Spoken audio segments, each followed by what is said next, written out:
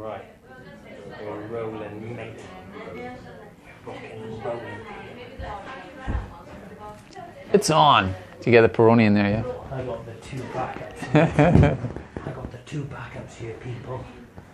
Right. Plan B. Well, I'll edit this bit out. I'm just so I can pronounce it properly. It's Maclachlan.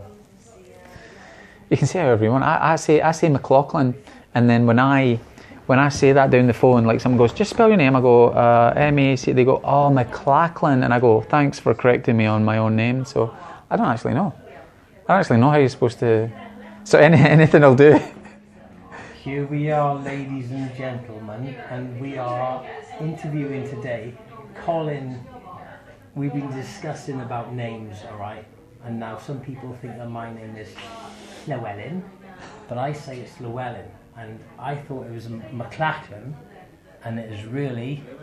Maclachlan? Maclachlan. We'll just go with Colin Maclachlan. You may have seen him off the SAS Who Dares Wins TV show lately. It's been a great success. They're going to do Series 2 is coming out soon as well. We're in a very, very posh bar, so if I'm not normally my gobby self, right, we've got a lot of la-di-da sort of people here, haven't we, mate? It's just the kind of people we mix with, Mark. It's the sort of people we mix with. Right, mate, your one-liners, they're flipping legendary on the show. You know, I think a lot of people just related to, you know, is that squally sense of humour and stuff like that. How did you end up going on the Channel 4 SAS Who Dares Wins TV show? I got a call from a guy that does a lot of support for TV production and film. He supplies guys that do a lot of extras, guys that want to be soldiers in the background for a lot of stuff. And he said there was a show up and coming. It was going to be about Special Forces, but it was going to be integral to what Special Forces is about. So it wasn't for TV, it wasn't for drama, there wasn't going to be lines. It was going to be completely led, produced and run by Special Forces. So that got me interested in the first instance.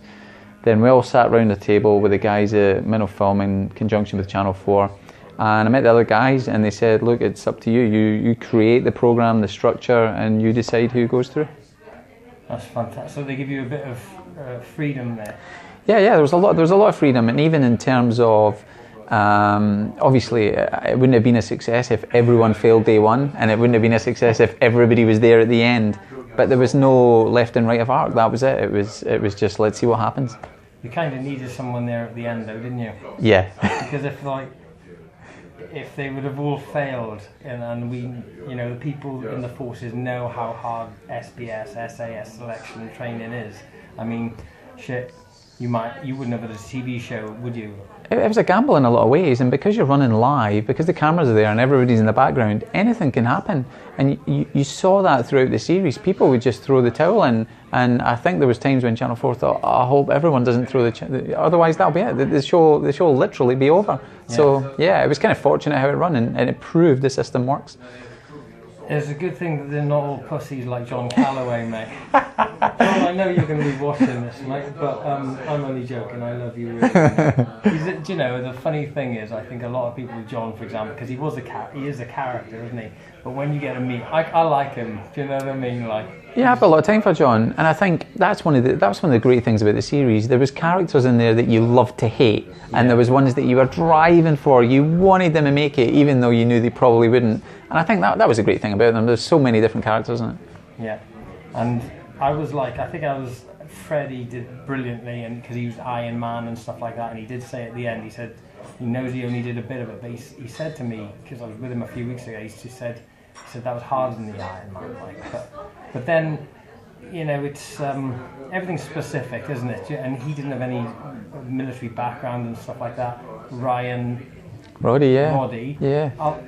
I was like a little dark horse sneaking through there, the MMA fighter.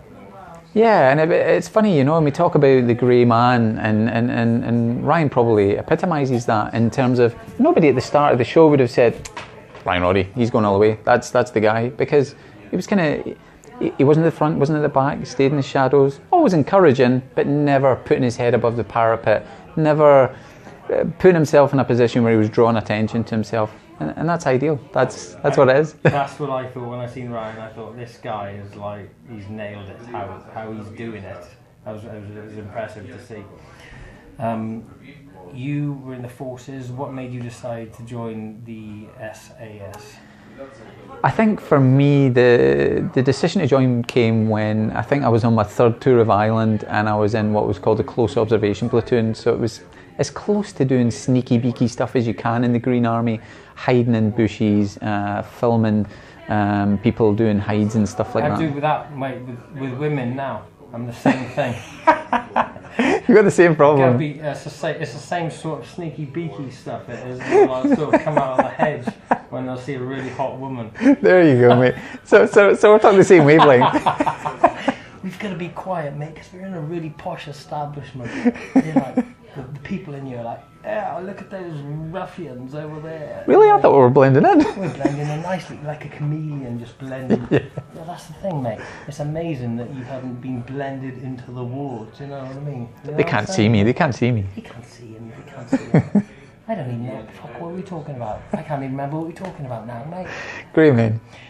The funny thing is, right, I interview high achievers, and I was reading a book recently, and it was this guy called Sam Walton, and he set up Walmart, and if he hadn't given his money to the rest of his Walton family, he would have been richer than Bill Gates all of the time. What was amazing about his story, though, I thought, was when I read into it, this guy that had created Walmart, just to give people an idea how big Walmart is, Tesco employs 220,000 people roughly. Walmart employs over 2 million people. Wow. Tesco's turnover is about 70 billion. Walmart's is about 460 billion. So he created this colossal company. But the interesting thing about reading the Walmart story was his secretary would say, it's a fucking nightmare. He would go to meetings and he would leave his briefcase in the airport and stuff like that. And sometimes you think, how can people do that? And we were talking earlier about,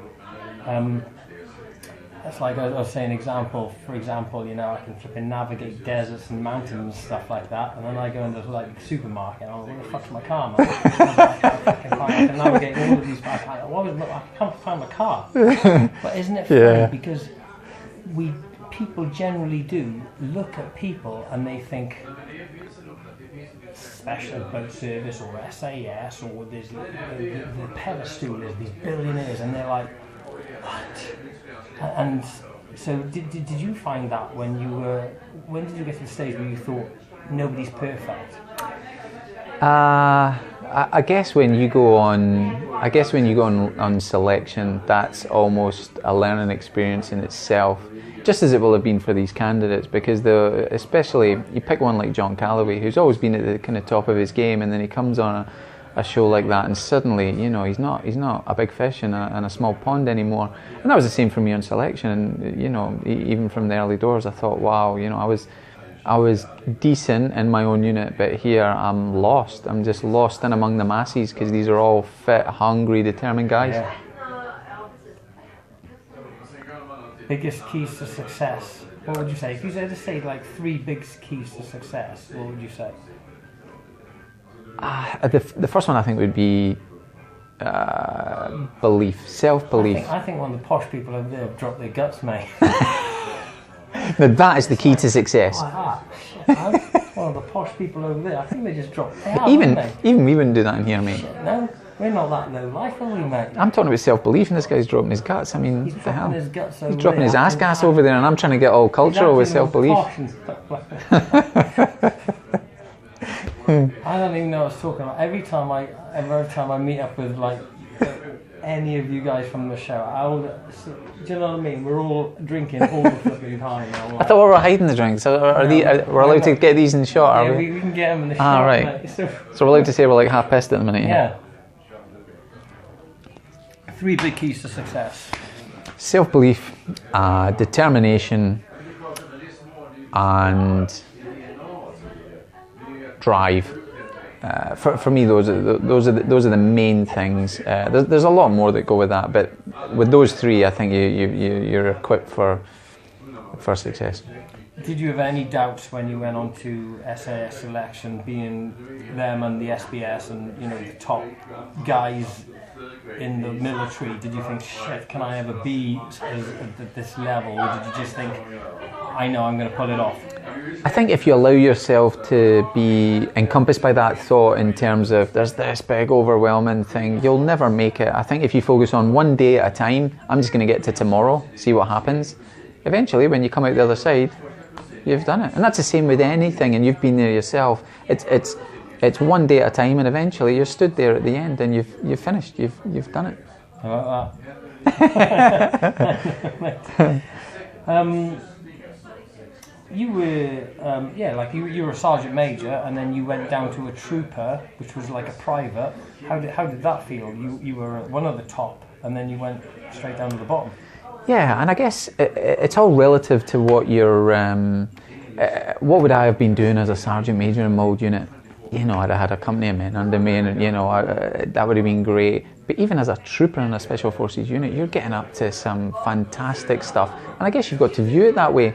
One of the ironic things was when the officers used to come on Officers Week, I used to be one of the guys that debriefed them, and they used to come in and they'd be like, I'm a major in my own unit. I'm coming in as a squadron commander, a troop commander, so I've only got like 8-10 guys under me. This must be a step down for me. And I'd throw it back at them and say, well, what would you be doing in your own unit? And what would you be doing here? What skills do you bring here? Well, I'm a leader. I said, well, we're all leaders. You're a medic. Do you do demolitions? Are you a linguist? Are you a forward air controller?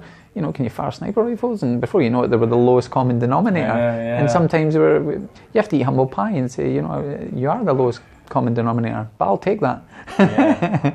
It's funny as well because it levels everybody, and I can remember on the all arms commando course, it was like I was the fittest in juniors or in the top of my troop, and then I went down there and I was like, shit, I'm the worst. And there was I can remember on the 12-mile low carry, there was an officer that was on the course with us, and he was like, fucking hell, Llewellin. He said, come on, get your ass up here. And I was like, when you think just kiss my ass. Yeah. So he was trying to get his green beret as well, and I was like, anyway, you can imagine how happy I was when 2 days later he failed. That's terrible, isn't it? It's those little senses the officers, they just and people, it just levels everything. These courses are just like. That's right. You've done a lot of missions and stuff like that. I mean, there's a lot to sort of deal with mentally. How did you manage to deal with all of the mental side of it? I guess every guy will tell you something different about how he copes with it. And until recently, as far as I'm aware, there was very little the military done in terms of being proactive and how you were feeling, how you were coping, what you were doing with the mental side of things. Now, selection prepares you to some extent for that and some of the things that you'll go through. But over a span of course of a career, certainly from my perspective, I would have hoped there would have been more to both prepare you and then post-event and deal with some of the issues. And that wasn't the case for me, but I think in recent years that's slowly been addressed now. Yeah, and it's like Foxy, he's like co-set up a thing to help soldiers and that's right. Coming out, and it's good that all of these sort of things are coming out as well. Speaking about coming out, have you got any? I thought we weren't going to do that here. I'm saving that for Series 2. Series 2, and we've just been with a lovely Hannah that's worked on the show, and I know because I've seen behind the scenes and everything. Yeah. Everyone worked so hard on that show. The producer Colin, everybody the runners, everybody just busted their ass. What's happening with Series 2? So we're hoping to go to the jungle. We're taking applications now. We would hope it would be the same standard. If anything, we'll try and run it for a bit longer than we did last time, so there might be more episodes. We would hope for it to replicate as much as possible what we go through on jungle selection. So in terms of micro-navigation, in terms of personal administration, tactics, field craft, all that stuff, camouflage, observation, we would be looking for the same things from the candidates. Yeah, fantastic. You've poisoned me with alcohol, mate, and my mind isn't quite working as it should be.